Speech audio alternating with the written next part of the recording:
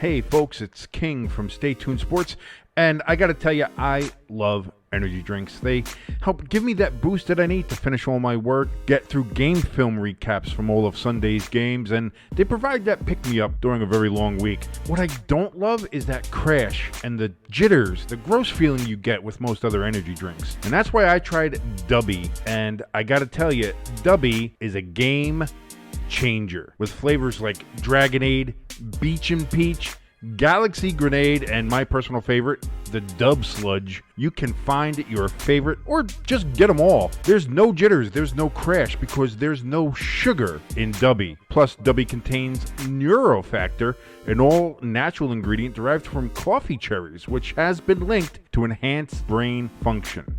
You go on over to dubby.gg right now. That's dubby.gg to grab the best energy drink you've ever had. And if you enter the code STSports18 in all caps, you'll get 10% off your order. That's STSports18 to get 10% off of Dubby. Be better.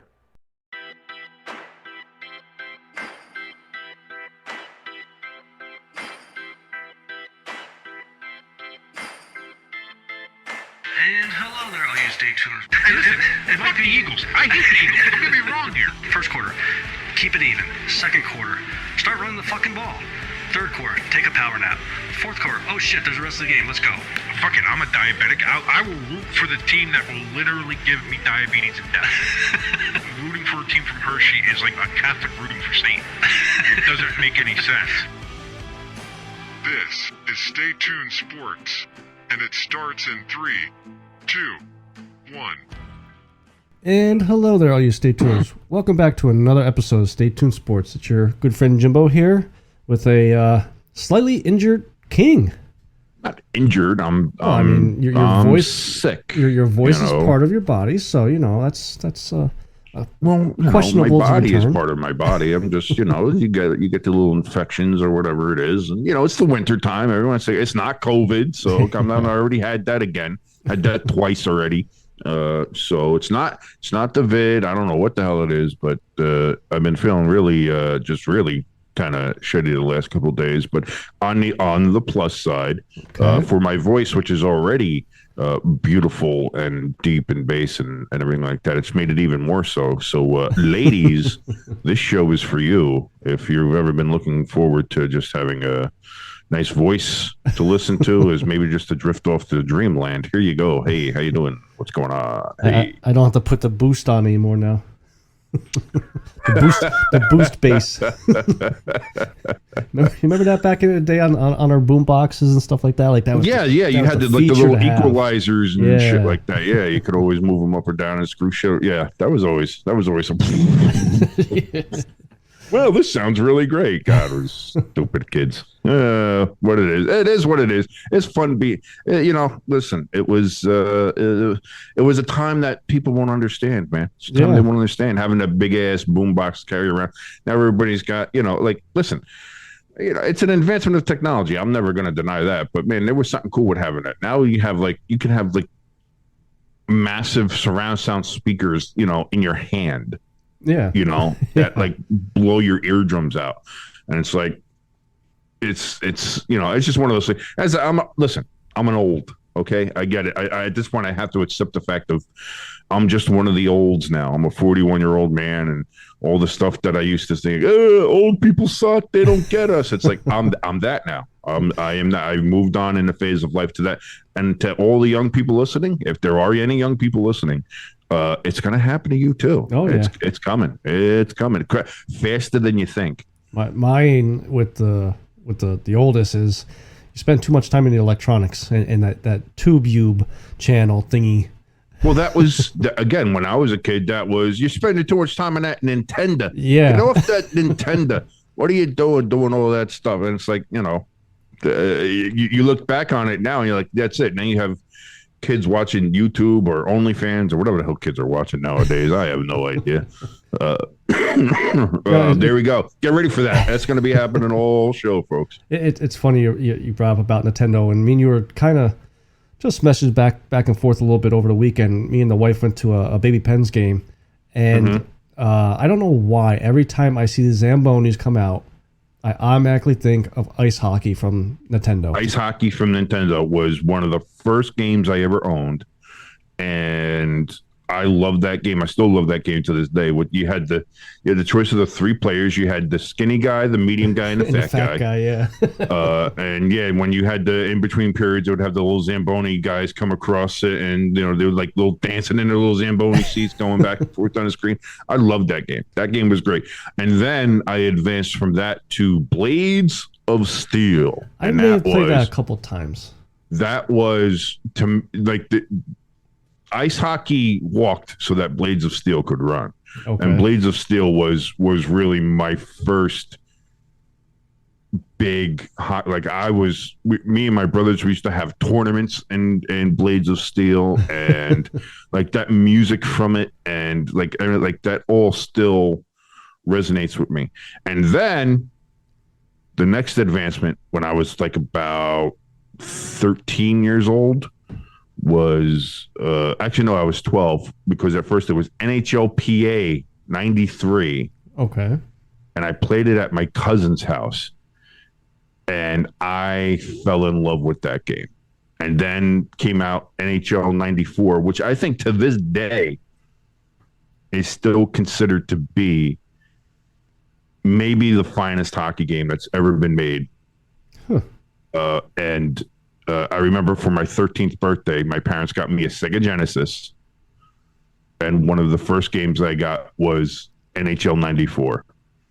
And it's still to this day, it is the best game I've ever played in my life. And I love all the other games. Yeah. I love the newer stuff. I love, the graphics are so much better and all that kind of stuff. And that's fine. And Silent Hill was great when I first had PlayStation, and I can go through PlayStation games and these are great. But to me, the greatest game ever and I ever played was NHL 94, and I don't know if it'll ever be topped, to tell you the truth. It was just a great game. That's what it seems to be the popular opinion among NHL fans that play the game, and the ones that came after it too, that they always say the 94 one is the best one out there. Yeah, when they came out with, I think it was the 25th anniversary of NHL 94. Yeah, it was a couple of years ago, and they released their latest version of it, of the EA NHL series, whatever it was, but they released it with an NHL 94 version. Yeah, that you could play with all the other stuff, and I was like, I really wanted that. Yeah. And I didn't get that game, unfortunately, because I didn't have any, video games or anything like that. I think it was the 20th anniversary or whatever, 20th, 25th, something like that. Yeah. Either way, I want, I didn't get that, but to this day, I would still play that. If I could find like an emulator somewhere and go ahead and play the NHL 94, I would. It is to me still the pinnacle of hockey games. Kind of sticking with hockey here for a minute here, because we obviously will get into the NFL, the firings, the playoffs, and all that. Flyers weren't playing last night, so I was like, I'm in the mood to watch some hockey. Let's see who's on. And I actually watched your Devils last night. Yeah, ESPN, baby. Yeah. There we go. We got ESPN, and what a comeback win, dude! For my New Jersey Devils. We're starting to get our feet back under us a little bit. Had a little bit of a swoon. You are just like me with the Eagles. Oh, fire Ruff. Hashtag fire Ruff. You guys are in second fucking place. Well, we should be at first. So that's the question. That's the thing. Like, listen, going into this year, I didn't expect anything. I wanted him fired to start off with. And we lost the first couple games we had. I was like, okay, I'm fine. Fire him. Let's go. It's going to be another shitty year. Yeah. And then we went on that incredible run where we won like 18 or 17 of 18 games or some such crazy nonsense. And it's like, oh, okay, we're unbeatable. We're never going to lose a game again. This is great. And then we went a bit on that swoon where we lost like 7 of 8, 7 and 9, something like that. And I was just like, well, okay, we suck again. Fire Ruff, because this is clearly that was an anomaly. Yeah. And now here we are. And now we've kind of been a little bit more consistent in the winning. So now it's like, all right, well, let's see where this goes. I don't know. That my whole thing when we first started talking about this on the show. My thing was, let's see how we do before the All-Star. Let's see where we are at the All-Star break before I get too excited, because that's the other thing too. It was exciting. I liked it, but I'm also like, I've seen too many teams get off to like a nice big hot start and then drop or don't do anything like that. So I'm like, and also there was I didn't have that feeling about the Devils this year. Like, oh, we're going to be good. We're going to be a really good team. Like it's like, you hope, you have talent, you have these pieces there, but you're never sure how it's going to work. And Ruff is one of the reasons why I didn't think it was coming together. Yeah. But sure enough, now are they winning in spite of the coach? Are they winning because of him? I don't know. That's that's up to your interpretation. And how you do it. I'm not an expert, never claimed to be, so I'm not going to put my thought out there. I think they're playing good despite him, but that's just that's what I'm saying. Anyway, I will say though that second goal that Mercer had of his night, that Bobby Orr-esque goal, dude, I was like, cool. What the fuck? That's pretty cool, man. That's pretty cool. He even had the goalie like looking around, like, where the fuck did that come from? Well, yeah, like not only that's a highlight goal. Yeah. That's one of those ones that'll be up there. I think eventually for like one of the goals of the year, that's just how cool it looked. Yeah. Like listen, when you go flying through the air and you score a goal, it's gonna be a cool goal. So that is just what it is. But yeah, I mean, I'm excited. And see, like the Flyers had a good 10-game start to the season too, and they've kind of gone back down. But here's the problem with the Flyers: is like they haven't done anything with any of their players, and I think they were playing well to start off the year. Again, where they were playing above what their talent level is. Yeah, and now they've kind of fallen back a little bit. I think the reason they are as good as they are or have been, and that's again being relative with that statement, is because of Tortorella. And he's an abrasive dick. He can only stay around a place for a couple of years before you got to get rid of him. He reminds me of Mike Keenan in that kind of sense. But like, if you're looking to change a culture and change a locker room around and make your team a little bit more tough, which is, I think, one of the Flyers and Flyer fans' biggest concerns with the team is like they weren't fighting, they weren't battling. There seemed to be just like a lethargic kind of, oh, ho hum, we suck, we'll deal with it kind of mentality. Yeah. And of everything you can say about Tortorella, he's not that guy. Yeah. He's not that guy. So, and not only that, you guys got a shutout recently. You just shut out, what was it, the Blues 4-0 or something? So, yeah. I mean, there are glimpses there that if the Flyers front office in there and Chuck Fletcher, who I don't know how he still has a fucking job, but hey, listen, there are stranger hirings and firings in the sports world, but that's one of them I will never get, is how that motherfucker still has a job. But the thing is, like, I keep seeing, fans or writers on Twitter saying, well, he's only keeping his job because of all the injuries, and then next year comes injuries. Okay, I understand. Past couple of years, we've been brutalized by injuries. You can't keep using that excuse, though, for him. He's got to be able to work some type of magic to bring players in a trading deadline or something like that to help with those. It's not magic. It's not magic. You're not looking for magic. You're just looking for competent personnel moves. Yeah. And that hasn't happened in Philadelphia in quite some time, whether it's been with Hextall, whether it's been Holmgren, whether it's been now with Chuck Fletcher. It just it seems like Philadelphia just has this weird aversion to making proper personnel moves. Yeah. And will that ever get fixed? I don't know. But and it's weird, for a couple of years there before Carter Hart came, it was the goalie curse. We could never. Oh, the goal. Listen, the goalie thing with Philadelphia has always been, that's been there for 40 fucking years now. Yeah. Or third, at least ever since Hextall left. Yeah. Hextall was your last really consistently good goaltender. Yeah. But outside of that, like, again, the Flyers have made a couple runs to the Stanley Cup Finals and lost and done everything like that. But overall, the one thing you could always say about the Flyers is they just especially recently, is personnel moves and goaltending, and Carter Hart too.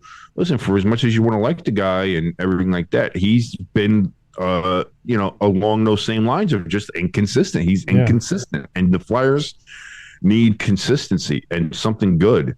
And whether you want to say that's goaltending or defense or both or neither or whatever, like it's been a rough road for the Flyers, personnel wise, like I said, and for the last 3 decades with trying to find a fucking goaltender worth a damn. Yeah.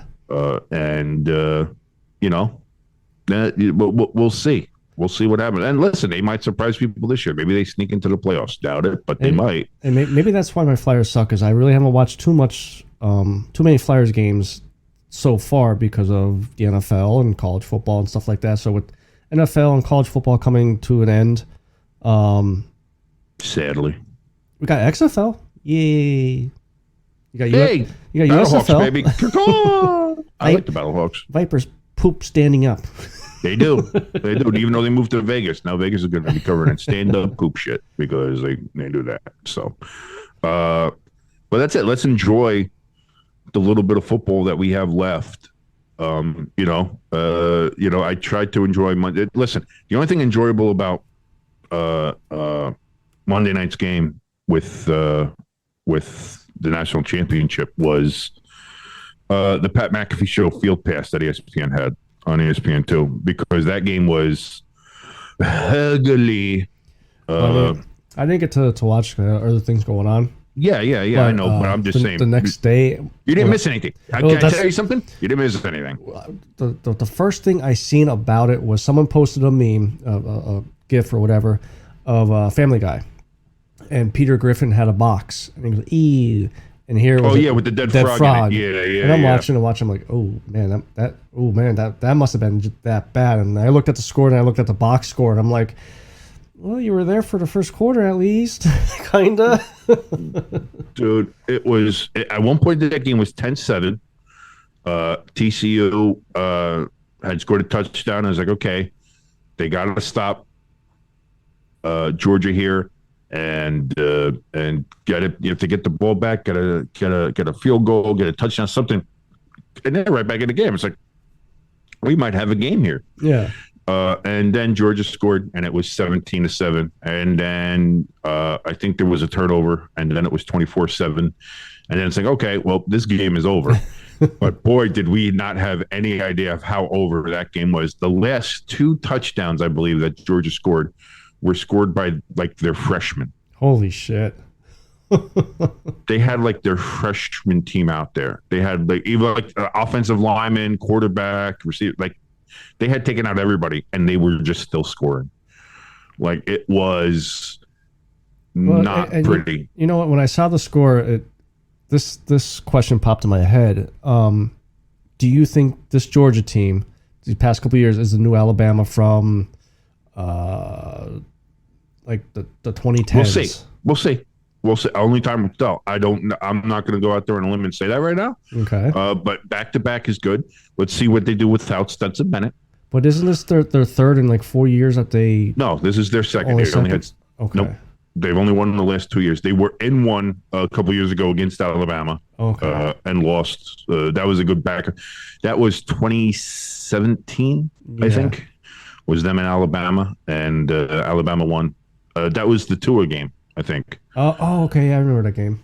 Yeah. He came out and wasn't that the game Hurts came in? No, I think that was the game where Hurts was the starter. Okay. Because remember, they had Tua. Yeah. And then they benched Tua for Hurts. And then Hurts didn't play well, so they put Tua back in, and he led the comeback. Yeah, that's right. Okay. I think it was something like that. Yeah. And then that was when Jalen left Alabama to go to Oklahoma. Yeah. So, because I think that was like. So yeah, no, I don't. I think that was our first look at Tua or something like that. Yeah, it was something like that. Yeah, he was like a not a freshman, but he was like a sophomore or junior. Either way, that was that game where they came back and and beat Georgia. So yeah, Georgia's been around, but they were kind of having that, close but no cigar, or was a bridesmaid kind of feeling, whether it was the SEC championship games or anything else like that. So I mean, since we're talking about Bama and Georgia here, for all the Bama fans out there, you guys was still lost. Like I keep seeing, that's why Bama should have been the number 3 or number 4, whichever, when they first came out the playoff. No, because and here's the thing, I still think they got everything right because I do too. TCU beat Michigan, sorry about it, and Ohio State almost beat Georgia. And I think if you put Alabama where Ohio State was, we still get the same game we had because Georgia beats Alabama. Yeah. And I think that's clear. I'm sorry, it is. But what that also tells me is that Ohio State probably beats Alabama too. I'm sorry, Bama didn't belong this year. They just didn't. No. And listen, if Michigan happens to pull out that game against TCU, was that TCU winning? Do we get as bad of a beating as we get? I don't know, but I tell you what, I bet you Georgia wins that game fucking too. Yeah. So I don't think anything really changes. The only thing that would have happened with Michigan is just there would have been a bigger name, and it wouldn't have been as big as of a point spread maybe to start off. But I think they probably still lose that game to Georgia by at least 14 points, if not more. Yeah, I mean, if you really look at the top 5 or 6, obviously minus Georgia. Georgia, I think, would have won against every single one of those teams in the title game if those teams made it. You know what I mean? Georgia beats Michigan. Georgia obviously beats TCU, and Georgia. Well, no, that's the thing is that Georgia almost lost to Ohio State, and that's what I mean. Is like the Ohio State. Despite losing to Michigan, Ohio State might have been the closest talent-wise and able to give Georgia a run for their money than anybody else in the top 4 there. Than anybody else who made the playoffs. So, in that aspect, Georgia got lucky with that missed field goal at the end because if Ohio State makes that, that's Ohio State in the championship game. And boy, how pissed off would Michigan fans be is that they've beaten Ohio State twice, but Ohio State would be the national champion this year because they would have beaten TCU. And to be fair, to be honest, Ohio State probably would have beaten TCU looking at the results of the game. Now, why did that happen? Why was TCU able to play against Michigan the way they did and not in this game? Were the lights too bright? Was it just they weren't prepared? Like, I don't know. Yeah. But to me, all that tells me is for everybody who was on Michigan, that tells you how far Michigan still has to go. I think as far as trying to be a top tier, and also it shows how the top elite of the SEC is still miles ahead of everybody else. Yeah. As much as I don't like to admit it, as much as I don't like to say it, when the SEC, if you're at the top of the SEC, you're usually going to be the best team in college football. And until it's proven otherwise, we're not there. And the closest we got was Ohio State almost beating Georgia. Yeah. But, almost only counts in horseshoes and hand grenades. Yeah. And that's where we are. So, but that was a anticlimactic national championship game. It sucked. I had a feeling it was going to be a blowout, but not that bad. That's just see. bad. I didn't. I had the feeling that because I was like everybody was saying that Michigan was going to blow out TCU, and so when TCU showed up against Michigan and just went blow for blow, haymaker for haymaker, I was like, well, this is a fucking team that could do something. And then when you see how Ohio State was just picking apart their defense, and I was like, Georgia's vulnerable. And you're like, maybe this is the thing. Like, listen, you saw what Duggan was able to do against Michigan and how they were able to go ahead and move the ball at will. And then you see how Ohio State's able to move the ball at will against Georgia. And it's like, maybe they got a shot. I was like, this might be a real good game. This might be a good back and forth one like we had on New Year's Eve. Like, this could be a real good fucking game. And when Georgia goes up 10-0, and then TCU scores 10-7, and you're like, you're starting to think this could be a blowout when it's 10-0, and then TCU scores a touchdown. It's like, oh no, here we go. Okay, now we got something. Now we got a game. Yeah. And then literally 15 minutes of real time later, and it's like, well, Pat McAfee's making some funny jokes, but that's about the only thing entertaining about this fucking game because it was that bad. But it is what it is, and now we get to move on to the big boys and the super wild card weekend. Yeah. Coming up here. Even the final week of the regular season was pretty wild. It was. Listen, from your perspective as an Eagles fan, I'm worried as shit. Like, listen, I don't know what I'm saying because the Eagles blew the Giants out in their first game. Yeah. Again, like I said, the Giants had we were basically putting a practice squad out there. So I said, it is what it is. But here the Giants actually put out a second string team against the Eagles and fucking hung around the whole game. I mean, it was so bad that Kenny Galladay got a touchdown. Yeah, and quite a spectacular touchdown catch too. All he needed was 77 more of those fucking catches, but like here live watching it, I was like, this can't be happening. I really thought get Jalen Hurts back, and we'll go back to the beating you guys by 20, 30 points because of second stringers. And when we got by 15, I'm like, okay, we could pull our starters now. And he didn't pull our starters, and I'm like, this is not good. And I mean, we still won by, was it 10 or something like that? Like, I mean, it wasn't super, super close, but it should have been a lot bigger win than what it was. And then to come out afterwards, and Nick Sirianni says, yeah, Jalen Hurts was hurting pretty bad after the game. What the fuck, dude? But and the Eagles needed that game. Yeah. You needed that game to be the number one seed and then win it. Now, granted, results being what they were, you didn't have to worry about the division. Yeah. Listen, we want to talk about failures and absolute collapses. That could definitely be one of them. But you still needed it for the number one because San Francisco is looking like a goddamn juggernaut going into the playoffs. And I mean, I don't know if you did your power rankings or not, but I saw CBS, I think, did one. Not Chris Sims, but like CBS Network did a playoff power ranking, and I think they had the Chiefs first, Buffalo 2, San Fran 3. San Fran 3 or 4, Bengals 3 or 4. I forget which one was where. No, I saw. They basically went by record. I don't like the CBS power rankings because they do that. They go by basically what the record is instead of actually put it. Because if we're going to do playoff rankings, personally, number one for me, it's got to be San Francisco. San Francisco to me is the number one. Number two right now, if you had to put it on me, I think it would be the Chiefs. Okay. Number 3 would be the Bills. Number 4 would be the Bengals. Number 5 would be the Eagles. That would be my top 5 going into the playoffs. Yeah.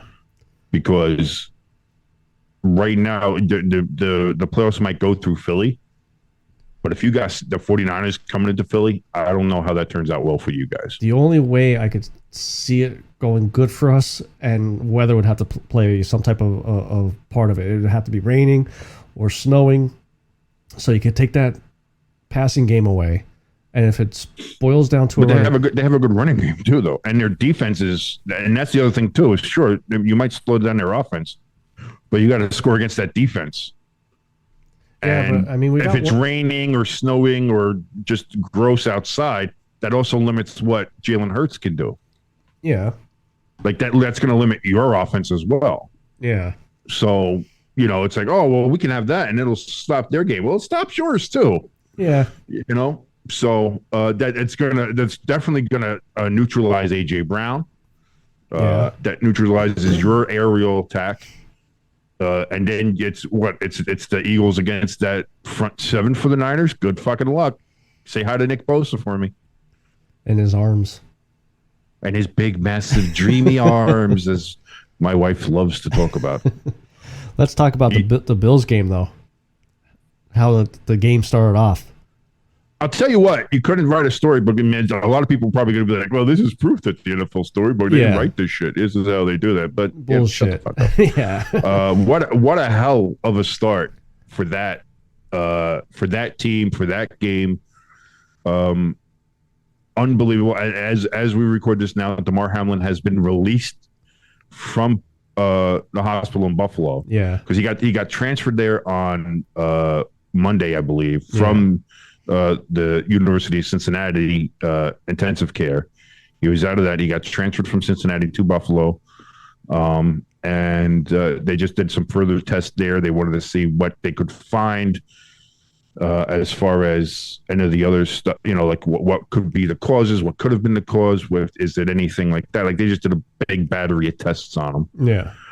And then, that's what I heard is like about noon-ish on Wednesday afternoon he went home. Yeah. So at the end of the day,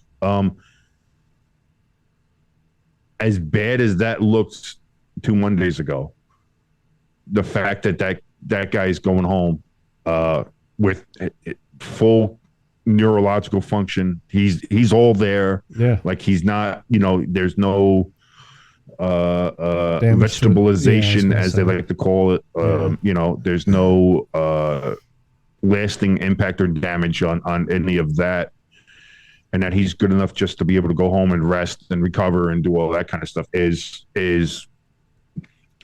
mind-blowing. Yeah, because there were serious discussions of like there were more than a few people thought that he was dead and not coming back. Oh yeah. I mean, he went what 2 or 3 days in the in a medically induced coma. Yes, they had him to sleep to help him recover. Yeah.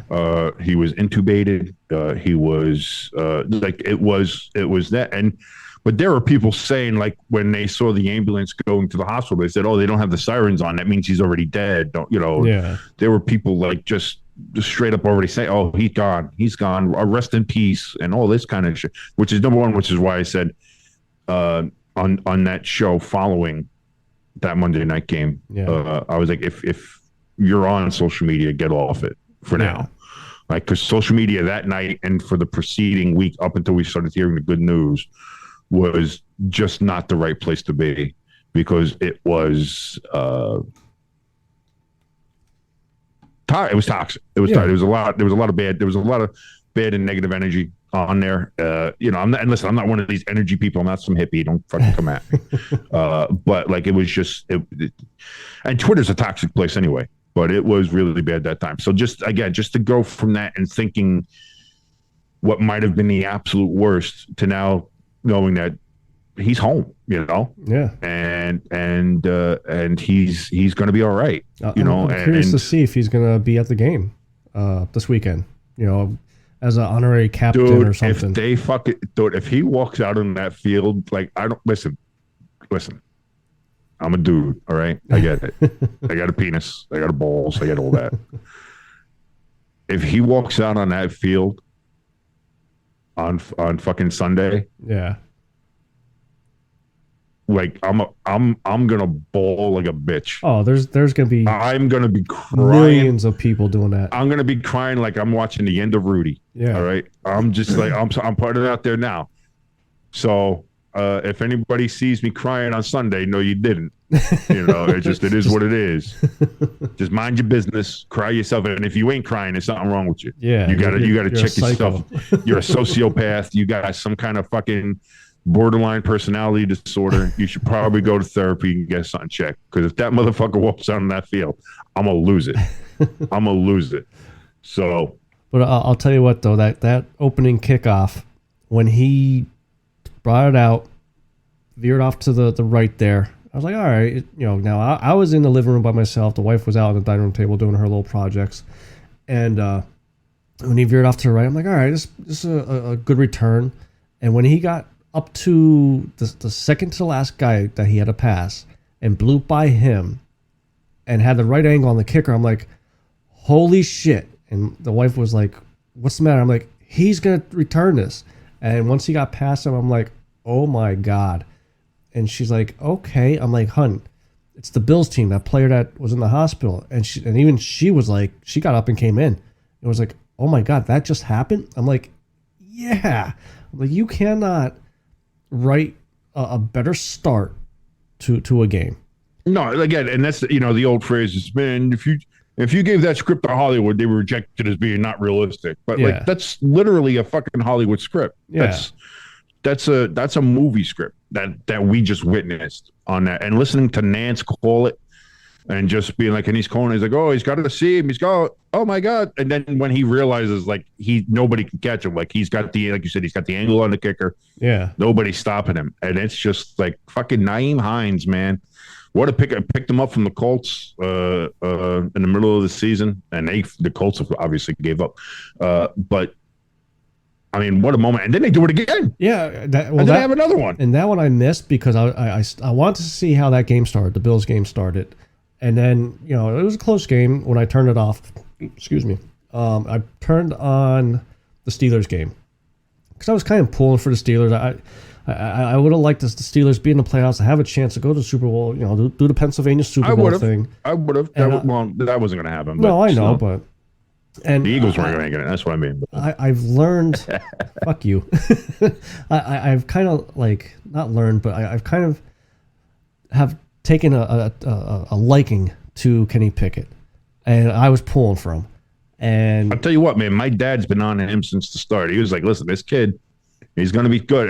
You can already see he's going to be good. Yeah. And sure enough, man, Pickett has not been bad this year. He's got a couple of rookie mistakes, a couple of bad throws, but as Eddie, you would expect from any rookie. But outside of that, kid's been good. And I'm not sure if you were on the show when we were talking about Kenny Pickett or if I was by myself, but I thoroughly thought no matter how bad their season goes or how good their season goes, Pickett should not start a game this year. He should sit on the bench, learn, by sitting on the bench. And when he came in, when they finally gave up on Trubisky and that stuff, and I'm like, okay, well, now they're just going to completely screw this kid up. And that was a thought. I remember that being a thought. Yeah, and that we discussed. But when they pretty much had the game in hand, at that point, Miami and the Jets, was it? Forget who. Miami and the Jets were playing. Yeah. It was tied 6-6. I'm like, okay, I'll 2 minutes left. What a shitty game that was. I'll tell you that right now. Well, I only saw the last 2 minutes, and when I turned it on and Miami was on like the 40-yard line, I'm like, fuck, man. Miami's going to be the one to screw Pittsburgh. And sure enough, they kicked that field goal. Well, that was overtime. Because that game went to overtime. Yeah. Because, and listen, if we can be honest, it's both the Jets and the refs kind of screwed over Miami, which in case then or screwed over. Well, the refs screwed over the Jets, and the Jets kind of screwed the Jets too because they're the Jets. Yeah. And so because they called it a horse collar tackle that wasn't a horse collar tackle. Was that the one that he grabbed the nameplate? He grabbed the back of the jersey, not the collar, not the inside the pads or anything like that, but literally just the back of the jersey. Yeah. And they called that a horse collar, which was horse shit, if you ask me. But that basically ended the Steelers season there, unfortunately. Yeah. But that's the other thing, too. The thing I'll say about the Steelers is their season turned around when TJ came back. Yeah. And if you want to talk about somebody who has meant more to his team maybe than anybody else or any other player, I'll tell you what, it's hard to argue against TJ Watt. I mean, it's not about that fucking Watt family, man. I don't know what it is. Yeah. Up in fucking Wisconsin, whether it's their whatever fucking fertilizer they use on the farms or the cheese they eat, and I have no idea. But those Watt boys are a little bit different. And TJ was proved that because when he was out is when they were 1-6. Yeah. And he comes back, and sure enough, the Steelers came almost all the way back to get themselves another improbable playoff spot. Yeah.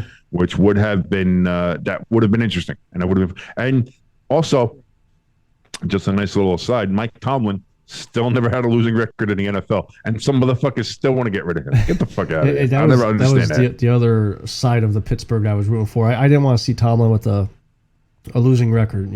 How do you root against? There's people out there. There's people in Pittsburgh who want him gone. What the, he would be unemployed for literally 0.002 of a second before somebody else snatched him up. Are you fucking kidding me? And that's what I don't understand. I mean, the guy's been with Pittsburgh for 15, 20 years, something like that. Almost 20 years now, yeah. And through bad seasons when he went 8-8, and even though it was 8-8, it was more of like a 3-13 team. Right. But yet you have Sean McVay win the Super Bowl last year, and then have a bad year this year, and I might be done because he doesn't want to go through a rebuild. Well, people thought. He's been talked about as being a fucking TV guy anyway, and again, he's 5 years younger than I am, which is depressing to think about. He's like 34. He's 35. just massively fucking. Yeah, he's like 37, I believe. He's 37 now. So super depressing, but apparently he wants to do a bunch of other shit, and there was talks about him going into the booth before last season when they had won the Super Bowl. Yeah, like even that off season before, there was talks of whether he was going to leave then and go and do something else, and then the Rams kind of went all in, said fuck these draft picks, got everybody else, and that's the other thing too, though, like. They lost Von Miller. Yeah. Obviously, he was kind of a piece. And they lost Odell Beckham. But outside of that, they had roughly the same team. They had Aaron Donald back on the defense.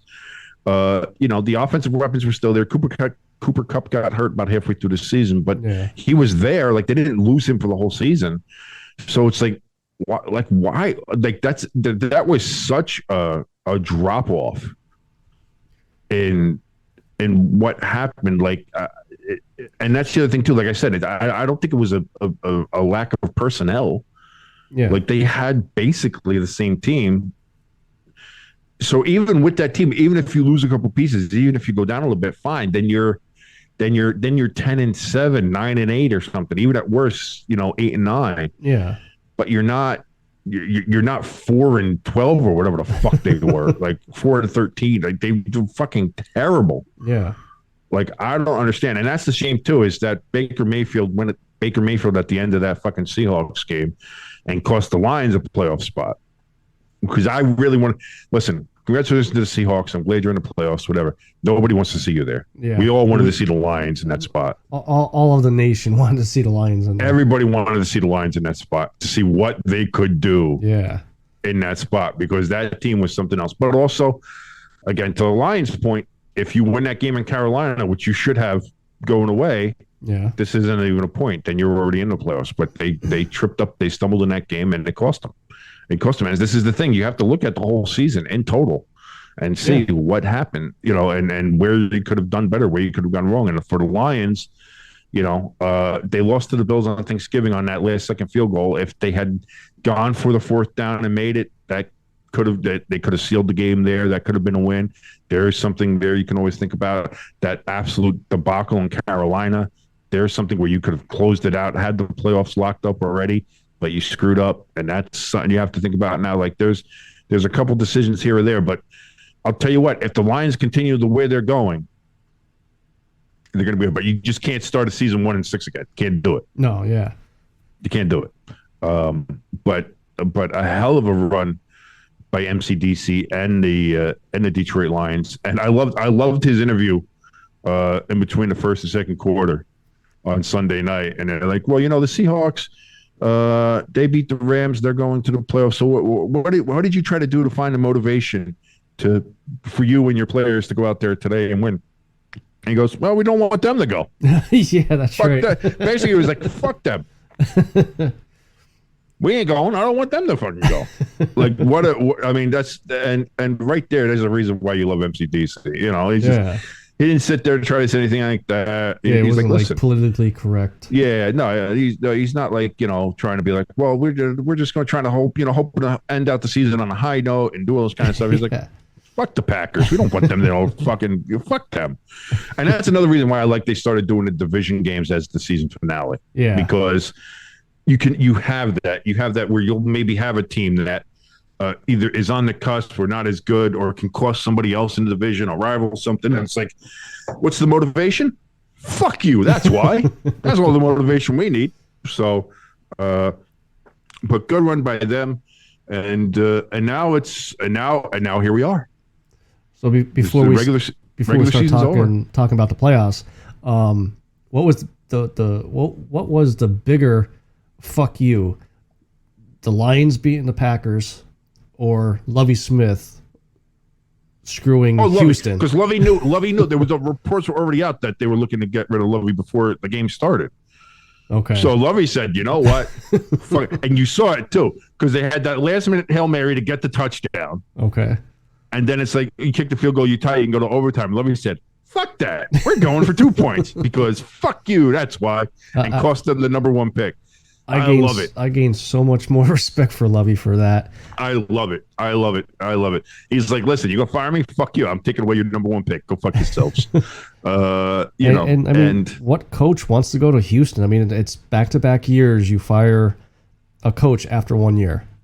You know, I forget. I think it was part of my take I was watching. And they said it was back-to-back black coaches. So what black coach want to go? DeMarco Ryans, whatever it is, from San Fran, the DC coordinator. I already said, don't even bother asking me for an interview. I'm not going to interview for that job. What a shit show that the whole team is, the organization. Well, no, the organization has been, and they've again. There's been a lot of stuff around them, even before the Deshaun stuff happened. Yeah. Like it was like when they traded away DeAndre Hopkins, it's like, the fuck are you doing? Yeah. I mean, and that was a team that was like, this is the thing. You go back 3 years ago, people forget that Houston was a fucking Super Bowl contender. Yeah.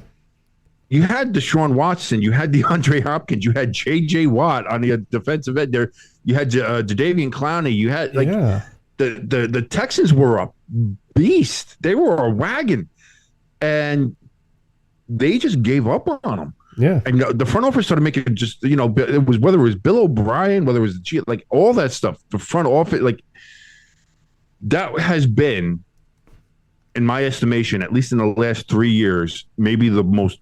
No, because the Dan Snyder exists. The second most poorly run franchise in the NFL. They are, without a doubt, terrible. And I think that you're seeing that is like you got people saying, hey, do you want to come be our head coach? And people, even people who are looking to become a first-time head coach are going to go, you know what? I think I'll pass. I might have some better opportunities somewhere else.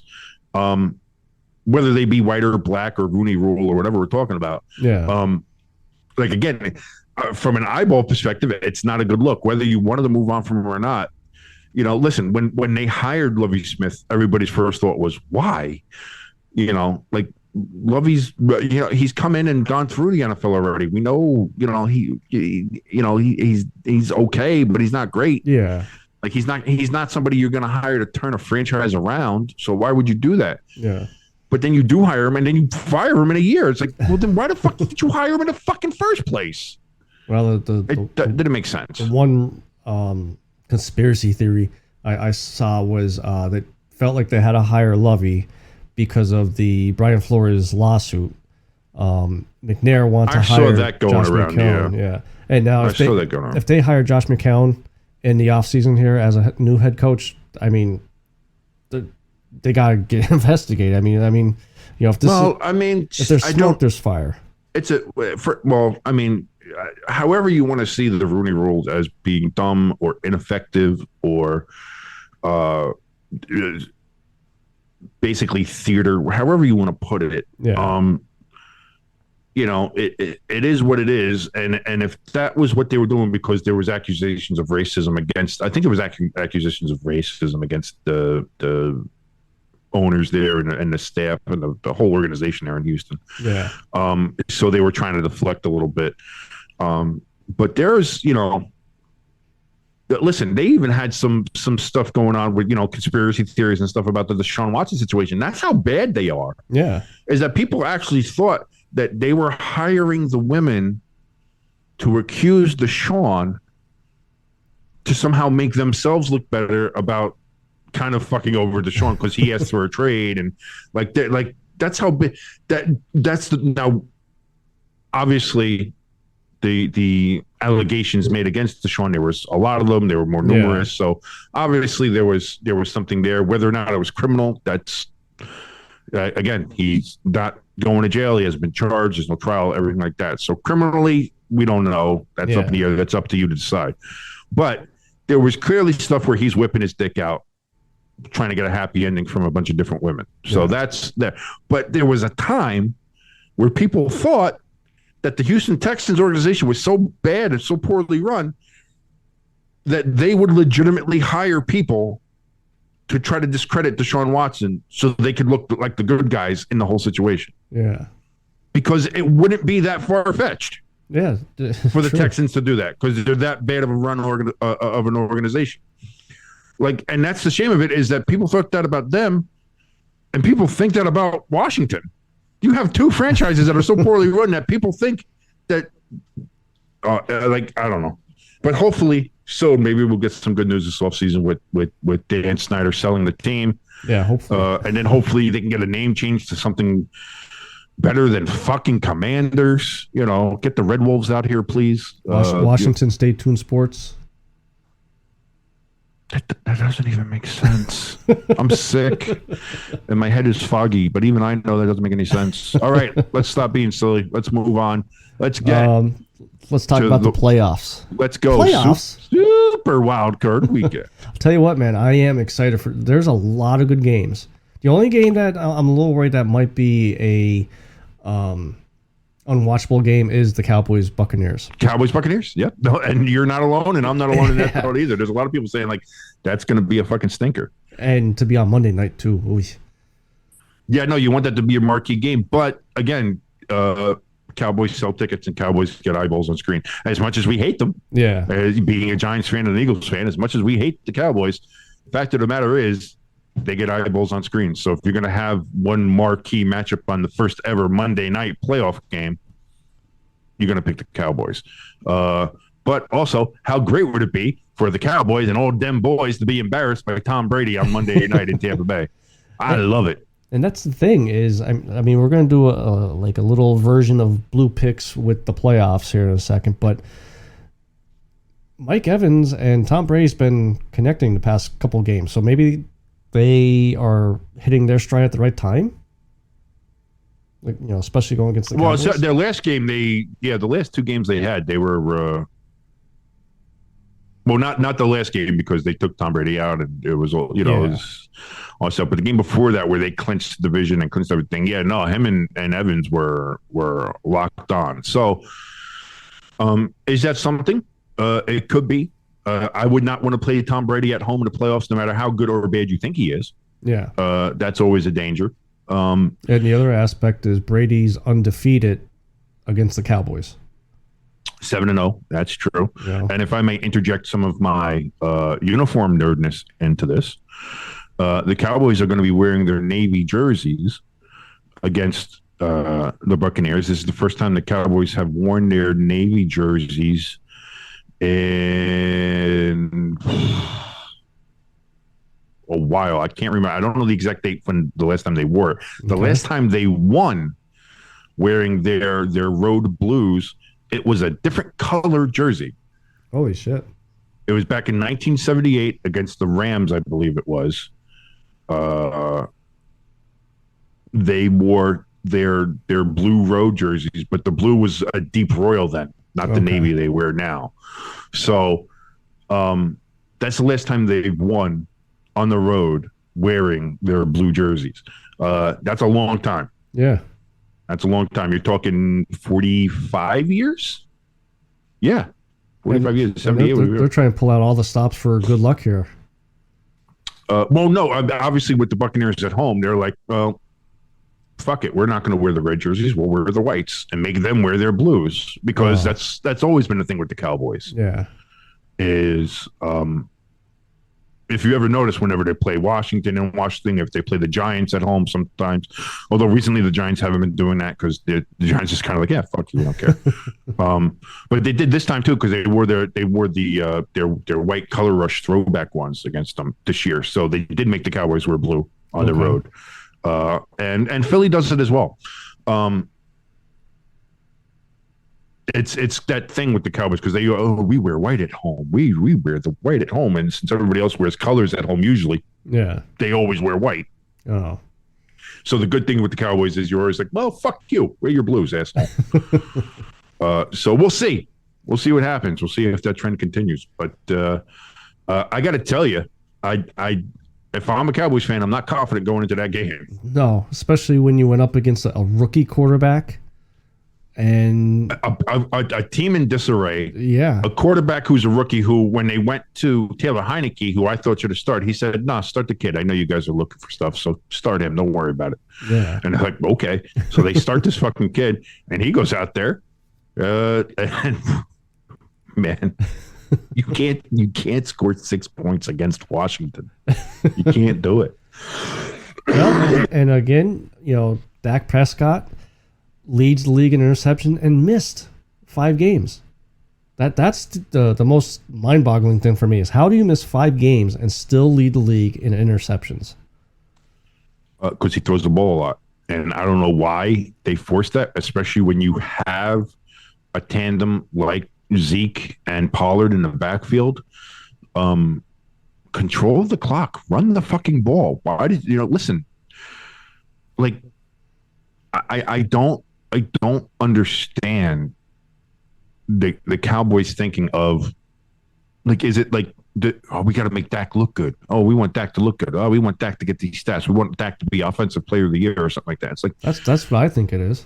Listen, don't force a square peg in a round hole. If he's not on it, if he's not having his day, and listen, Dak can be a very effective quarterback, but if he's not having his day, fucking use the weapons you have. Like fucking Pollard is a beast, and you barely use him now. Like you have Zeke Elliott, who maybe not what he once was. There we go. Language when you're sick is fun. But you use them, and I don't know. And that defense seems to have gotten figured out. Micah Parsons has not been as effective as he was in the first half of the season. I don't know. Like, again, on paper, Dallas should win this game. Yes. But using the eyeball test and seeing everything, how it's trending, man, it's going to be hard not to pick Tampa. And not even just because of last week's game either. If you looked at the past couple weeks, other than the Eagles-Dallas game, there's been a couple games in there that they struggled to get going. Well, no, because listen, even if you want to go back to the Christmas Eve game with Dallas and Philly, and then seeing how Philadelphia has been since that game, like Philadelphia has struggled, even with Jalen Hurts back in the lineup. Yeah, Philadelphia seems to have been struggling, but in that game they were going toe to toe with Dallas, and so now the question is, is it Dallas being that good to hang with Philly? Was it Philly not being great and Dallas still struggling to keep up with them? Like, how do you parse that game now? Looking at where teams are. And I think that's a hard thing to do as well, is like trying to judge where a team is based on some games. Because as we've seen it with the NFL this year, and we've seen it in other years too, but this year especially, the games and teams change from week to week. Like you can't just, this team beat this team, so they should easily beat this team. And then they get blown up by that team. It's like, well, how did that happen? It's like, well, because the other team had a better matchup. They were better. Like you can't just go based on, what the past performance was against a completely other, a completely different team of how things were. So I think that's part of the difficulty of it. But I got to tell you, I don't have a bunch of confidence in the Cowboys. I'm going to be honest too. I don't have a bunch of confidence in the Eagles. I mean, maybe the week might help them, especially with Jalen Hurts. And depending on who they play, going into the divisional round, I mean, we'll see. But I mean, the Eagles have shown all of a sudden a lot of question marks behind that record. So, I mean, when the time comes that Philly plays, whoever they play, if they come out playing like they did against the Giants, I'm gonna be worried. If they come out and like a gang on fire, then I'll be a little bit more comfortable. Like, okay, maybe they, like you said, maybe that week off, was able to get that mojo back, or however you want to say it. But yeah, as of right now, I'm not confident for Philly. Here's my thought process, because especially with that last week with the Eagles and Giants, if you have Daniel Jones and Saquon Barkley starting that game, they won. I think the Giants win that game Easily. I wouldn't go easily, but I think they win that game. I mean, you had Webb as your quarterback who bounced around teams. Daniel Jones is 3 pegs above him, talent-wise. Dude, did you see Davis Webb fucking flatten Blankenship to get that touchdown? Yeah. He fucking ran. If I'm Blankenship, I retire. And I like Blankenship with him filling in. I'm just I just got God. run over by Davis fucking Mills. I'm sorry. I gotta hang him up. Good luck in the film room with that one, asshole. The rest of the defense is ragging on him about it. Oh, dude, it would never stop. I would just never stop. Oh, you want to say something, Mister? I got run over by Davis Mills. Yeah, shut the fuck up and sit down. Yeah, like I would never let him forget that. But I mean, so what do we got? We got Saturday is going to be the first round of games here. We got 2 games on Saturday. I don't know why I didn't have this already pulled up, but I'm pulling it up right now. So I'm just going to go ahead and delay, do a little bit of, we got 4:30 and 8:15. Doing a little bit of this. Yes. There's only 2 games, just 3 games on Sunday, 1 game on Monday. So you have a 2-3-1 situation here. Let's look at the NFL schedule, what they have it for, and it's opening up with the Seattle Seahawks at the San Francisco 49ers. Yes. That's a game. It's going to be pretty easy to pick. Then the nightcap is going to be the Chargers at the Jaguars. That's going to be a chance to be real good. Yeah, they got a chance to be a real good game there. Sunday is the Miami Dolphins at the Bills to open up. Again, Tua is out. If DeMar Hamlin fucking shows up, I'm losing my shit. If DeMar Hamlin shows up, just call the game right there, because again, Tua is out. You're gonna have all that. That crowd's going to be fucking insane if he shows up. And then you have the Giants and Vikings, which as could be a good game. 4:00 game. It should be. And then for the nightcap on Sunday, you have the Ravens and Bengals. That should be a blowout. I'm going to say it right now because, again, I never had faith in the Ravens anyway. We got to do our blue picks, so I'll hold my opinions. I didn't mean to make you choke. No, it's everything else. And then you have the Cowboys and Buccaneers there on Monday. Wow. I'm looking at ESPN here, but Dallas is favored by 2.5. I see that as well on FanDuel here. Yeah, wow. Dallas has got 2.5. The largest point spread that I can see is the Bills. They are 13.5 over the Dolphins. Yeah. The next highest is the Bengals over the Ravens at 8.5, which is what I said. I think that's going to be a blowout anyway. What do you got for Seattle and 49ers? Seattle and 49ers. Oh, okay, that's right. I'm sorry. Niners are 9.5. Yeah. Okay. Against the Seahawks. So yeah. So then it goes Buffalo, Niners, and Bengals are the 3 big favorites. Minnesota's only a 3-point favorite over the Giants at home. I think that's about right. And then you have both the Buccaneers and the Jaguars are both. The Buccaneers are they're underdogs. So I'm sorry. So yeah, the Cowboys, they're 2.5-point favorites on the road. I don't know about that. And then you have the Chargers, they're 2.5-point favorites on the road in Jacksonville. Yes. Which again, if Herbert is on his game and if Williams isn't too terribly hurt, hopefully. Yeah. Staley's getting a lot of heat for that shit. Yeah. If he's not too hurt and they can play well, the Chargers should win that game. But Jacksonville's they've been spicy. They've been spicy. So what do you want to do here? Do you want to do some picks? Do you want to do awards? What are we doing? Let's do our awards. Our Stay Tuned Sports. The Stay Tuned Sport, the Sporties as we call them. There we go. Or the Stay Toonies. What do you call them? The Stay Toonies. The Toonies. The Toonies. The Sporties. Let's go with the Toonies. We're going with the Toonies here. Everybody's going to get it's award season, folks. We just had the Golden Globes. We got the Oscars coming up. Fuck them. Nobody cares about them. It's all about the Toonies here. And and we're just going to do the regular ones. Yeah, You know, nothing- your comeback nothing player of the crazy. year, coach of the year, all that kind of stuff. Do you want to start from the bottom and go up? Yeah, let's start from the bottom. Okay, who do you have as your comeback player of the year of the 2022 season?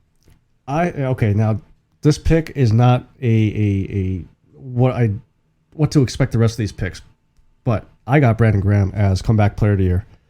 Blown Achilles towards the end of last year, and to be able to come back and register 10 sacks on a reserve role, like he wasn't even a every down defensive end. I mean, he has to be the comeback player of the year for me. Now, see, this is the thing. I know with comeback players, it's usually, they have to come back from an injury or something like that, something really dramatic and make it like that. To me, there's nothing that says a comeback player of the year can't be coming back from sucking. Okay. Or being thought to have sucked, or being an afterthought, or being he's done. Nobody gives a shit about it. You know, they're using him as a quarterback. Oh, they're going to be the worst team in the league. They're going to be terrible, which is a thought that I had and many people had as well. I'm going to give the comeback of the player of the year to Geno Smith from the Seattle Seahawks. And I'm okay with that.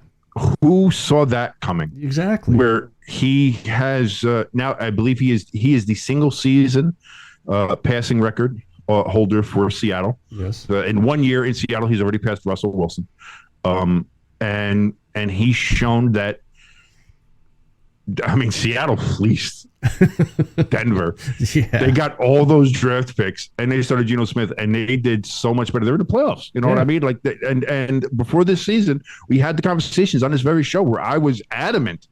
I was like, put it in now. Put all your bets you can in now. Seattle's going to be the worst team in the NFL, no doubt. On opening night against Denver, I put a bunch of money on Denver. I was like, Denver's going to blow them out. Yeah, this is Russell Wilson's back home. Denver, all they needed was a quarterback. Now they're going to, and boy, did we learn a lot in that game. And it's like, well, is this a case of Seattle actually being okay and decent, or is this Denver just being terrible? How is Denver losing it? Little did we know Seattle was going to be a good team this year, and Denver was going to suck. Yeah. And a big part of that was that Geno Smith fucking cooked. Yeah. All Russell Wilson wanted to do was cook. Well, Geno cooked this year. So that is my comeback player of the year, Geno Smith from the Seattle Seahawks. Geno cooked on a grill, and Russell cooked in a microwave. Oh, God. This boo, boo. Oh, come on. That was good. That was classic 1980s. Get him off the stage. All right, coach of the year? Coach of the year, we'll go for who. I think we started with you. We'll go with you. Who is your coach of the year for 2022? Can I do a tie, or does it have to be a single person? It's usually a single person. All right, so well, we'll stick with that then. But this was real close for me. It was between Dan Campbell and Brian Dable. I ended up going with Brian Dable because going into the season, same thing like Seattle, going into the season, they were supposed to be shit. They were supposed to be crap. The reason why I was thinking Dan Campbell is because of how he helped turn the season around. But Brian Dable did it the full season. You know, from game one all the way up to last week of the season. The middle part of the season was a little iffy. But it didn't hinder you to make the playoffs. I mean, you guys clinched a playoff spot the second to last week. With a week to go. Lions need it. The final week plus help, and so that's why I went with Brian Dable. And plus, you see how he helped turn. I don't want to say turn Daniel Jones around, but help elevate him. He turned the culture around. And he had that effect. Well, that's the thing too, is there's been a lot of talk about, well, not a lot of talk, but if you actually look at the stats, look at the numbers, and also just look how he plays. Daniel Jones has got a lot of Josh Allen traits. Yeah. And so when you have somebody who was brought in to help with Josh Allen and help Josh Allen become who he is now, because you remember the first 2-3 years of Josh Allen's career, everybody's like, what the fuck are you doing? He sucks. He's terrible. Get him out of there. Why'd you pick him? He's terrible. Oh, he's awful. We need a new quarterback. He's so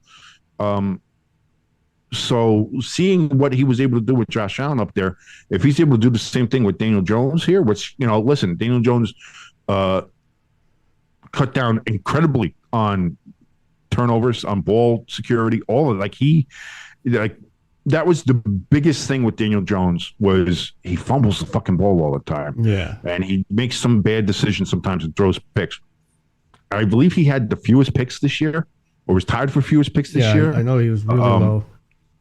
I don't think he had a fumble lost this year. And if he did, I think it was like one. Like he didn't. There was not a lot of that Daniel Jones turnover talk that you saw. It was a massive turnaround. So I'll give you that.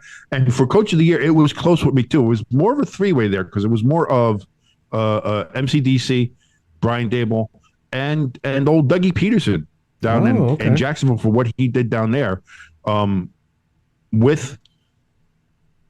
I mean, how bad that franchise was after old Finger Guns was down there, old Urban Meyer, and the seeming disarray that was there, to turn that team around and to get them believing and to get the most out of Trevor Lawrence. But a lot like you, at the end of the day, I'm gonna go with Brian Dable, simply for the fact of, again, like when it comes to the Jaguars, you have Trevor Lawrence, the number 1 draft pick.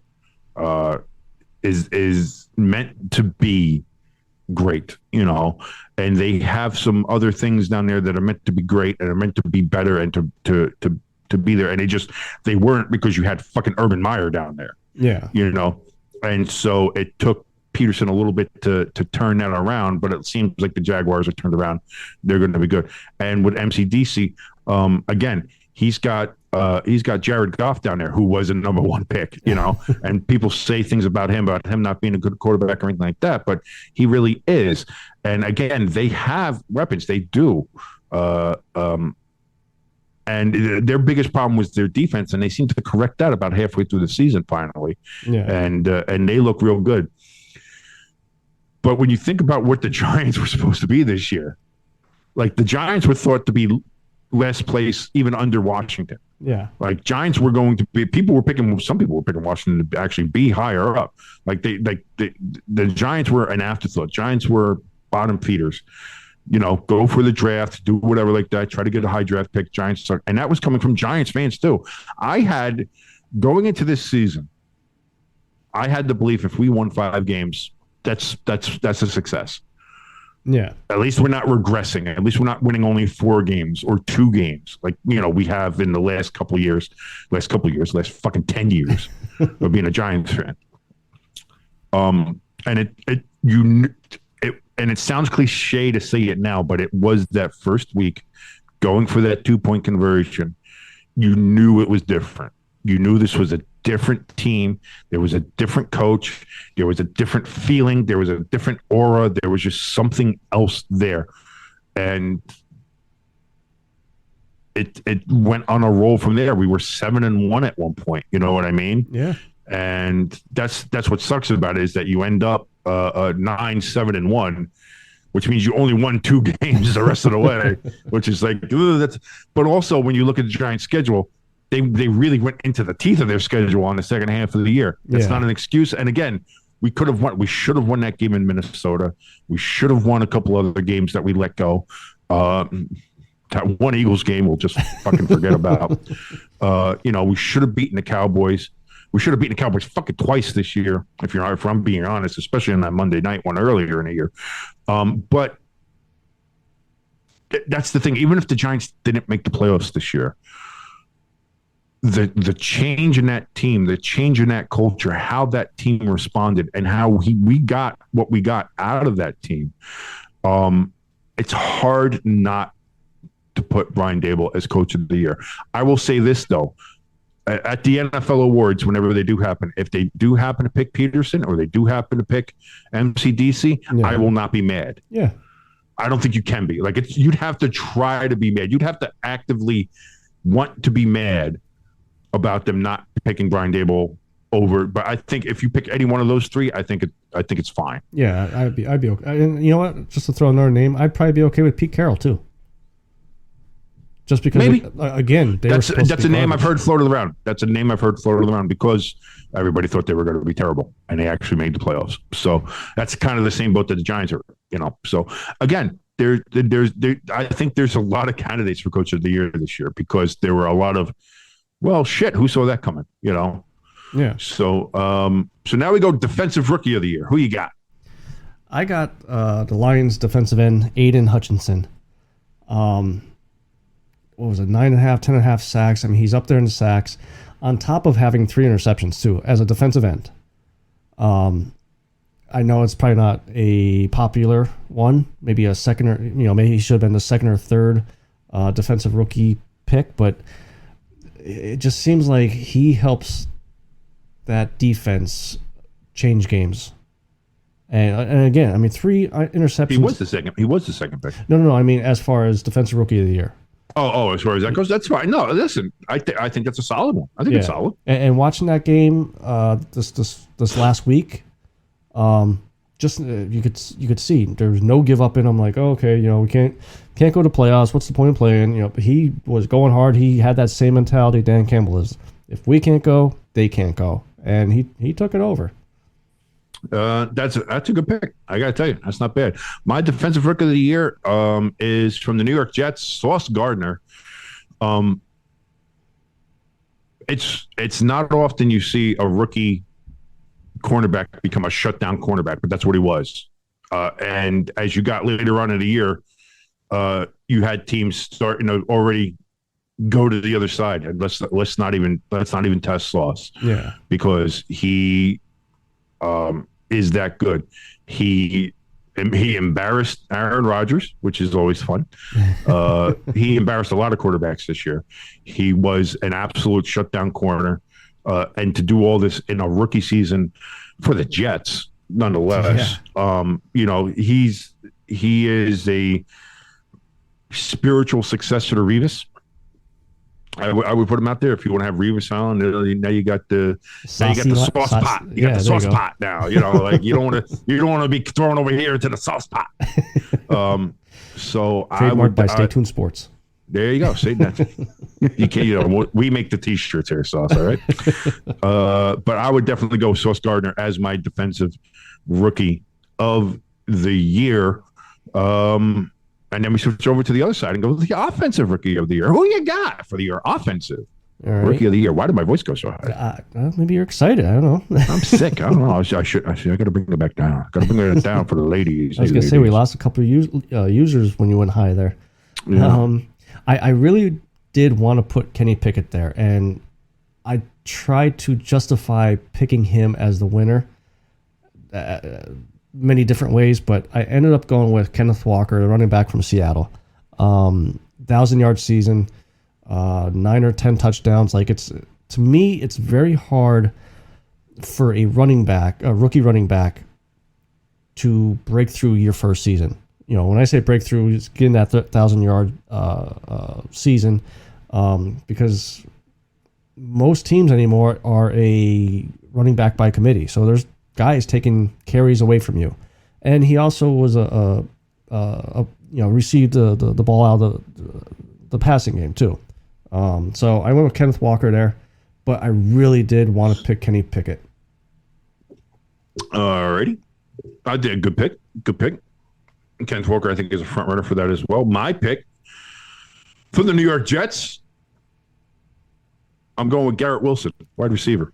Again, you talk about somebody who put up some incredible numbers: 83 receptions, 1,100 yards. He was averaging 13 yards a catch for a team that couldn't find a quarterback worth a shit. Yeah.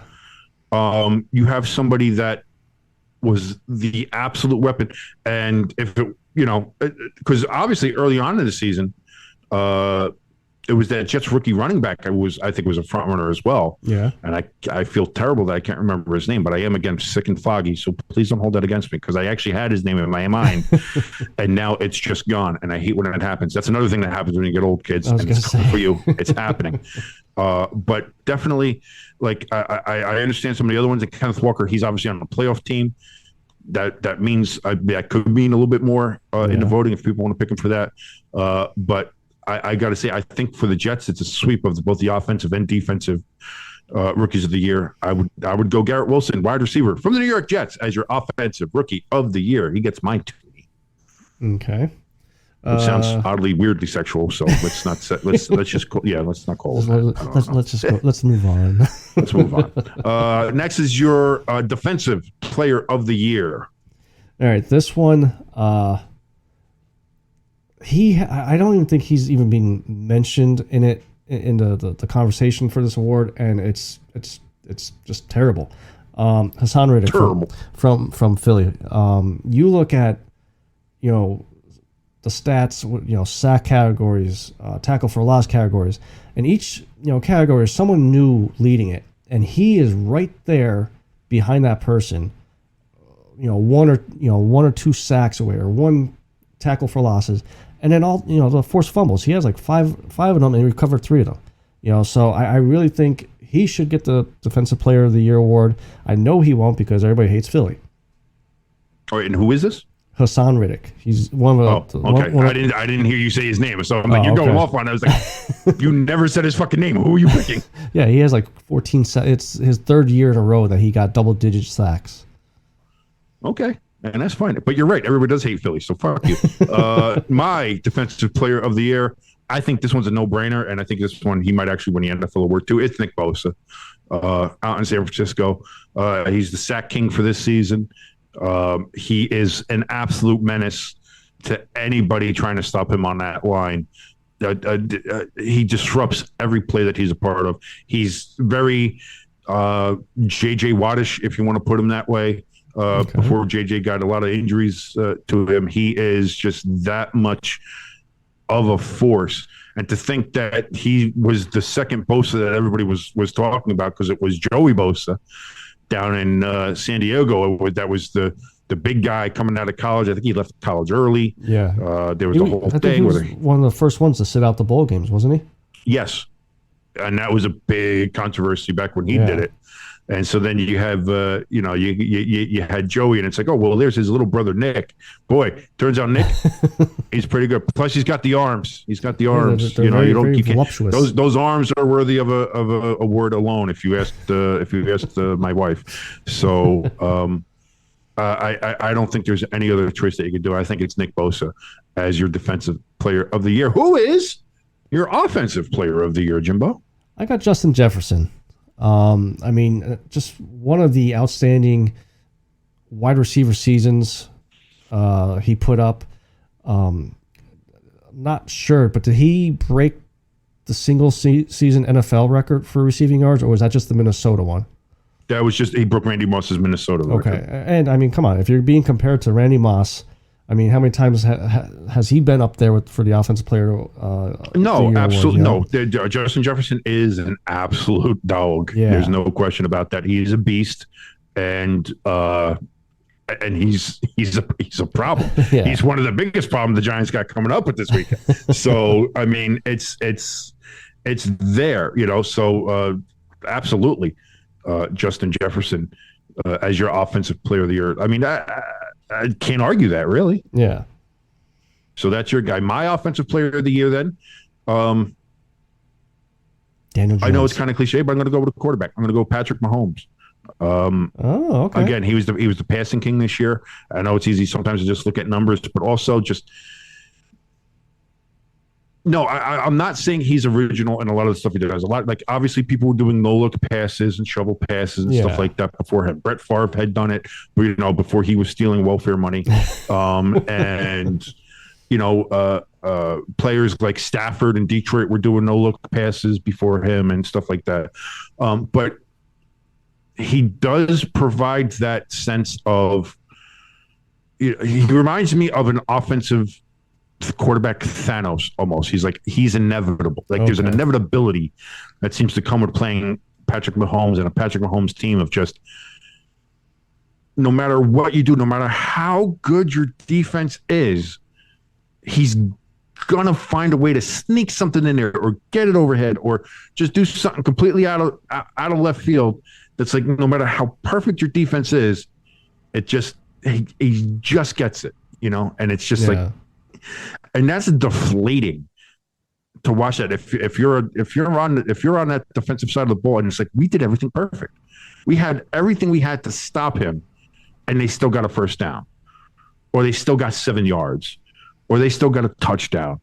And like as a fan watching that, you got to be like, that's that's deflating. Like that takes so much out of you. So I'll say that I will say my offensive player of the year for 2022, Patrick Mahomes. And now it's time for the big one. Okay.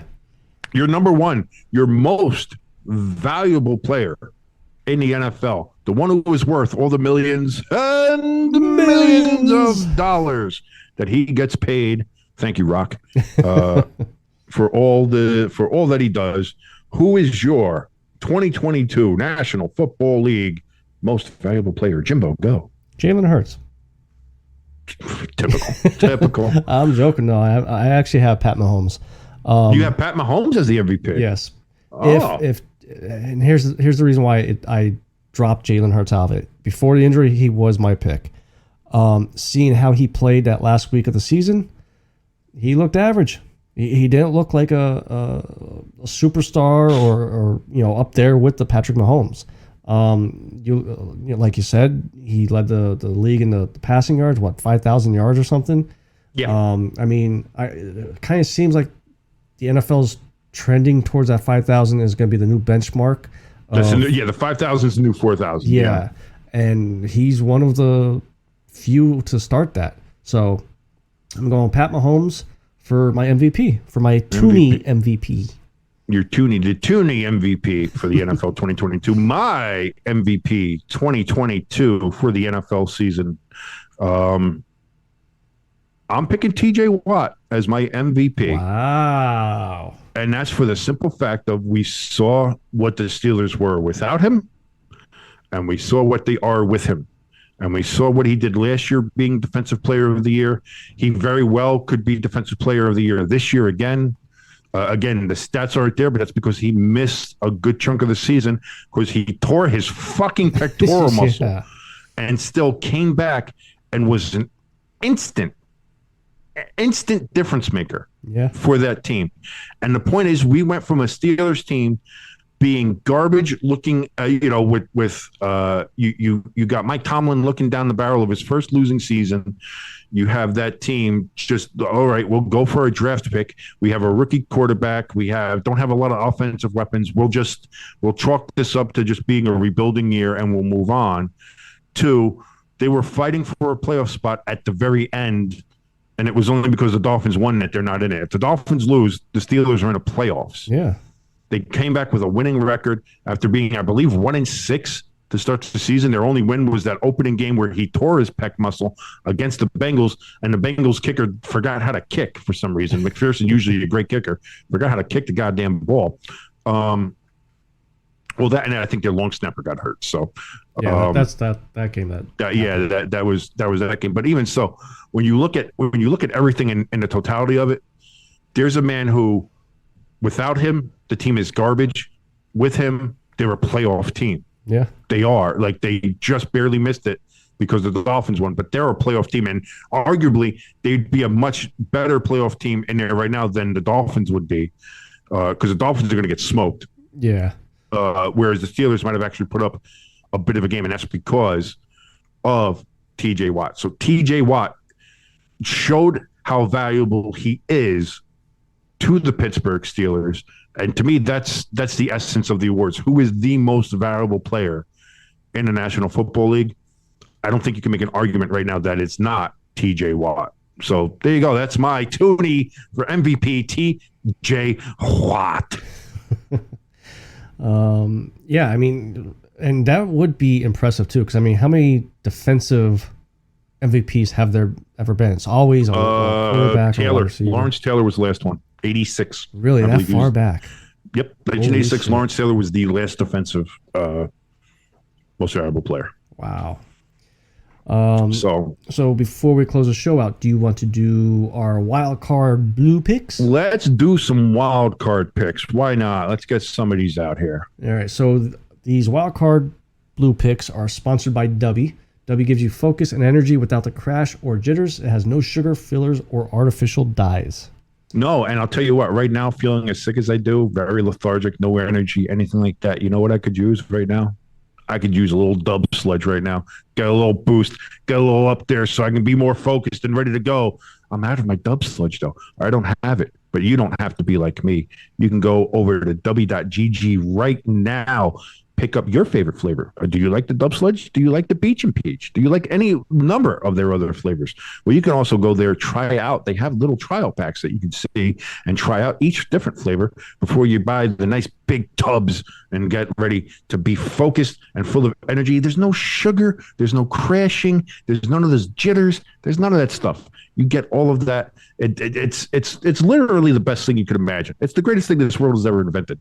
Everybody says some sliced bread. Fuck sliced bread. We're going with W right now. And again, if you go to w.gg, you pick out everything you want to get. You go to checkout.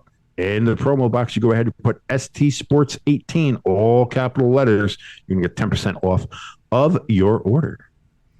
All right. So we're going to kind of use the same rules that we did during regular season for our blue picks. So right. Do you just want to run down the games and then we pick out which ones are going to be our blue, our blowouts, locks, and upsets, or do you want to do what our? Let's do the whole slate, and then we'll do the whole slate, and we'll just pick which ones we're going to pick as the blowout or locks. Okay. All right. So then in that case, then that makes us a little bit easier because then we can just start right there on Saturday. The Seahawks at the 49ers. The 49ers are 9.5-point favorites there in Santa Clara at Levi Stadium at the Big Pants. Is that what they call it? I don't know. The Big Pants? I'm not sure. The Big Pocket? I don't know. But there you go. That is your Seahawks and the 49ers. Who you got? I want to pick Seattle because I think at some point, I don't think San Fran's going to win the Super Bowl. I think at some point the magic runs out for Purdy. But I got to go with the Niners. I can't argue that. I think it's the Niners. I don't think their magic runs out. I actually think the Niners are probably, in my mind right now, the favorite to get to the Super Bowl from the NFC. I'm not going to pick this as my blowout pick because I think Seattle will try to give them a game, but I think they're just overmatched. That San Francisco defense is too much. Brock Purdy is slinging it. And again, they have the weapons, and they'll be getting Devo back relatively soon. I don't know if he's coming back for this weekend, but he might for the next.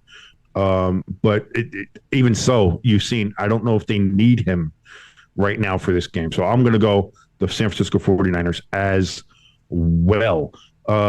Then what do we have? Saturday night, it is the Los Angeles Chargers and Herbert going to Jacksonville with the big pool there, playing the Jaguars.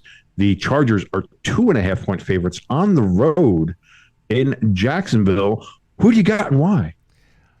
I really think this is going to be a very entertaining game. I'm going with Dougie P. I'm going with the Jaguars. Jaguars. I think, yeah, Jaguars. I think Herbert does show up, but I think this the line at being at 2.5. I think that's about what the outcome is going to be. It's about 2.5-point difference. So I agree. Jaguars. I think this is going to be. I agree. I think it's going to be a real close game. I think this is going to be a fun game to watch. And I'm going to go with I'm going to go with Jacksonville. I can't go against them right now. And again, we're not quite sure of Williams' status, if he's going to play or not. I don't think he will, to tell you the truth, the way the injury looked. Again, could the Chargers easily win this? Absolutely. And I think it'll be a close game, but I'm going to go for the Jaguars. I'm going to go last second win there for the Jacksonville Jaguars. And man, what a hell of a story that would be. Yeah. So going from the 2 consecutive number 1 picks to actually getting a playoff victory, I like that. I like that. Then we move on to Sunday, and we start off with the regular 1:00 slate on Sunday, and you start off with the Miami Dolphins without Tua. They're going to be up in Buffalo playing the Buffalo Bills. The Bills, 13.5-point favorites there in Orchard Park. I don't know why I'm even asking this, but who do you got and why? I'm going with Miami. Yeah, that's it. It's locked in. Nope, you can't take it back. Nope, you already said it. Everybody heard it. Well, then everybody heard it. Miami, and it's going to be my blowout pick. No, yeah, blow out my dick. No, I mean, whether Hamlin shows up or not, Buffalo, and they're going to be my blowout pick. Yeah, Buffalo by 1 billion. Yeah. I'm going to save it because I want to do different than you, because I don't want to be the same as you. So I'm not going to have that as my blowout pick. You already did. But I will have that as my lock. Oh no, that's right. I thought you did your blow up pick for Seattle the Niners. No. I said that Okay. wasn't going to be. I said I'm not doing that. I said it could be, but it's not. So, Okay. Okay. but Buffalo is going to be my lock pick. That is for sure. Because I don't think they lose that game. Then for the 4 o'clock game, we travel up. Well, not travel up because it's basically the same. It's about the same latitude, I would imagine. Minnesota, where the New York Giants will be taking on the Minnesota Vikings. The Vikings, 3-point home favorites, which is the default usually for your point spreads there. Minnesota staying at 3-point favorites at home. Who you got and why? I'm going with the Giants, and I'm going with them as my lock pick because I just don't think Minnesota is as good as they were in the beginning of the year. I think they're back to being average, and I know you're worried when the Giants were going into the Philly game, resting the stars, it's going to take that momentum away. I don't think so. I think the Giants are still going to have that mojo going, and they're going to win. That's my lock pick, too. I don't think the Vikings were ever that good at any point in the year. I think they were, listen, like I always said, I'd rather be lucky than good. And that was the Vikings this year. And the last time they played the Giants on Christmas Eve, again, they got a little bit lucky. The Giants defense didn't have a lot of their players in there that we're going to have in there right now. The referees called back an interception that was clear an interception. They said, it hit the ground, but he had control of it. So anyway, like that took away some things. There were some questionable calls in that game. Vikings got lucky. They hit a 61 fucking yard field goal to win it at the end. So like you take all that into account. Then you have the Giants coming back. Their defense, they have a lot of these defensive starters back. Xavier McKinney, I know, is back. You have again, the last time Daniel Jones and Saquon Barkley were on the field, they were fucking cooking. They were just, granted, I know it was Indianapolis, but still, it was the best game the Giants had put together. I see the Giants winning this game. I'm going to pick the Giants, and I'm picking the Giants as my upset pick since they are underdogs. So that's what I'm doing. I'm going to go ahead and I'm picking the Giants here to beat Minnesota at home. Then we have the nightcap. We have the Cincinnati Bengals and the Baltimore Ravens. The Bengals are, 8.5? They're 8.5-point favorites at home against the Ravens. Lamar Jackson most likely not playing as he did not practice again as we record this on Wednesday evening. A lot of drama going on with Lamar, a lot of drama going on with the Ravens as usual. And again, there's another team kind of like the Vikings, never bought into them all year.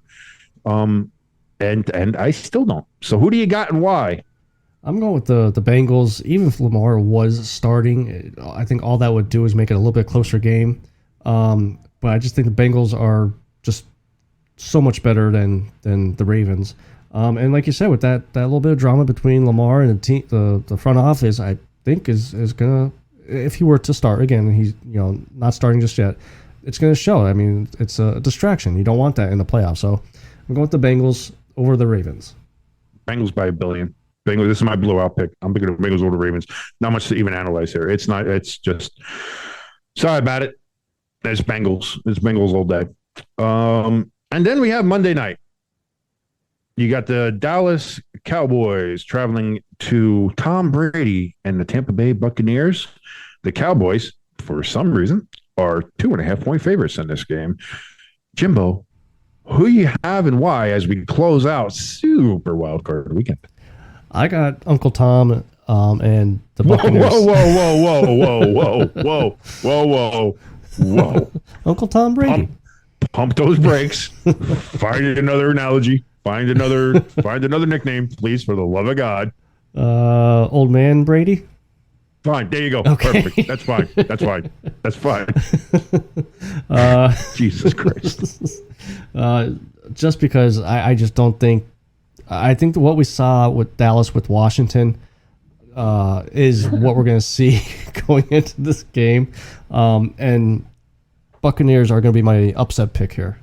Okay. I can't stop. Pretty sure I'd be looking for a new co-host because I think I just killed mine. So just apply to ST Sports. Oh, my God. Oh, Jimbo. I love you, buddy. I really do. Yeah, no, it's Tampa Bay here all day. Dallas has been trending downward. Playoff Tom Brady is a different Tom Brady. I think if you have Tom Brady and Mike Evans hook up the way they've been, that's something Dak hasn't been playing well. If Dallas gets the running game together, though, if they're able to get Pollard and Zeke cooking and running and eating, as Zeke likes to do it eating, I think then Dallas can be in this game, absolutely. And I don't want to dismiss them outright. I think it will be a close game. I do. But for right now, looking at how these teams are, I know Tampa Bay has not been great this year. I know Tampa Bay has had their struggles. But you give Tom Brady a playoff game at home. Listen, it's always going to be hard to bet against Tom Brady, and I'm not doing it right now. So I'm going to go to Tampa Bay over the Dallas Cowboys. Well, if it was Uncle Tom Brady. Jeez, no, and that is our Wild Card Blue Picks, sponsored by Dubby. Make sure you guys head over to dubby.gg and use the promo code STSports18, all capital letters. I'm sure W right now is reconsidering their sponsorship agreement with us with that. Jesus Christ, Jimbo. Oh, so I think that's going to be it for this week. Please, yes. I'm pretty sure I said enough. Just end it. So, till next week, it's your good friend Jimbo. And it's your sick boy King. See ya.